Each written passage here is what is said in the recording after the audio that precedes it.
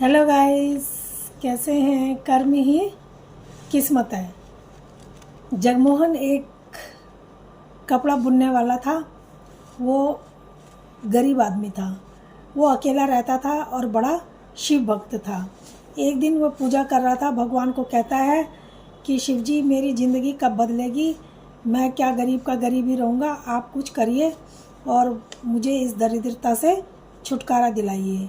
महादेव पार्वती कहती है, महादेव आपसे विनती कर रहे हैं, आपका भक्त ये बहुत बड़ा भक्त है और आपसे विनती कर रहा है, आप कुछ इसके लिए करिए। वो कहता है, शिव जी कहते हैं कि इसके लिए मैं कुछ नहीं कर सकता, इसकी किस्मत में ऐसे ही है और ये ऐसा ही रहेगा, चाहे कुछ भी कर लो।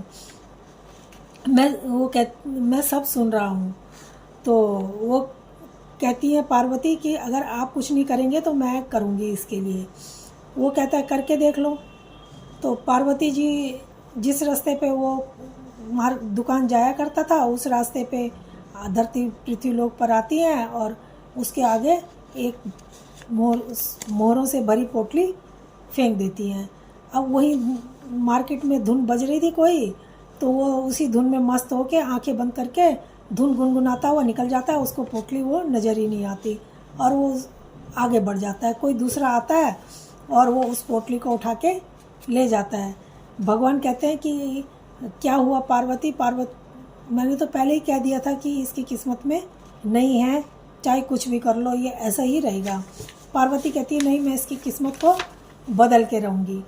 अब पार्वती फिर पृथ्वीलोक पर जाती हैं और उसी रास्ते पर बैठ जाती हैं जिस रास्ते पे वो उसको दुकान जाना होता है।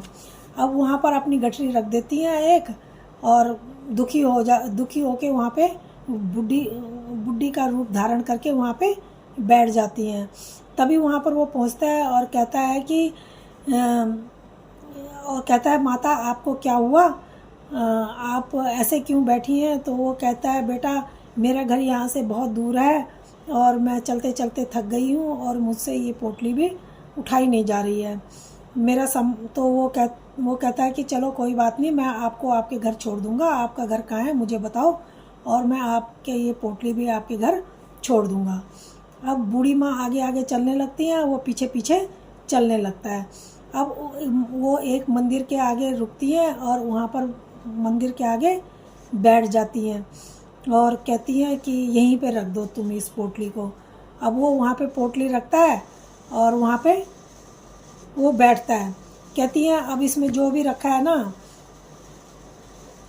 मेरे को अपनी बहन समझो और इस पोटली में जो भी रखा है ना, इसको यहाँ पे इससे जो है वो दुकान लगाओ। तो वो दुकान लगाता है वहाँ पर। तो उसका जो कपड़ा लाया हुआ होता है वो खूब बिकता है उसका वहाँ पर, और खूब बिकता है। जितना वो उम्मीद करता है उससे ज़्यादा पैसा कमा के वो वहाँ से ले जाता है और सारा उसका कपड़ा बिक जाता है। अब वो कहता है, उसको एक आदमी उसको मिलता है और कहता है कि आज तो बहुत पैसे मिले हैं। रात को जगमोहन सो जाता है उसको बता के। वो आदमी सोचता है इसके पास तो आज इसको बहुत पैसे मिले हुए हैं, और वो सोया है। तो वो आदमी खिड़की से अंदर आता है और उस पोटली को उठा के ले जाता है, उसके जो भी पैसे की होती है, और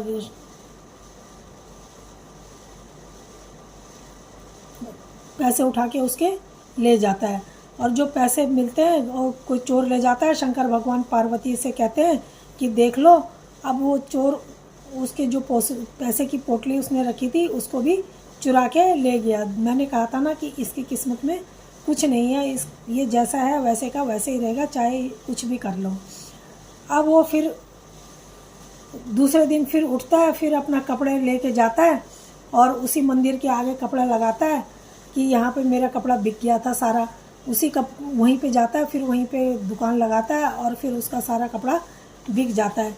ऐसे ही अब जगमोहन सुबह जल्दी उठता है और फिर बाज़ार जाता है और फिर कपड़ा लगाता है और उसका कपड़ा बिकने लगता है।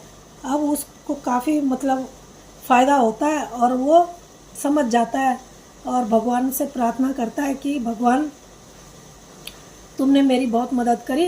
अब जो वो